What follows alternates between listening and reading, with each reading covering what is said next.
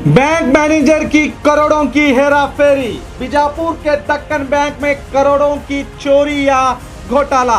Bank के manager सहित एक कैशियर महिला पर मामला दर्ज। 8 महीने में 6 करोड़ 24 लाख से भी ज्यादा का गोलमाल। नकली गोल्ड रसीद बनाकर खुद उड़ा रहे थे बैंक कर्मचारी करोड़ों रुपए। आरोपी के तार इरफान मौलाना से जुड़ रहे हैं। जहां पैसा है वहां ठग भी हैं। देखिए आज रात 8 बजे हक की आवाज में दक्कन बैंक का खुलासा।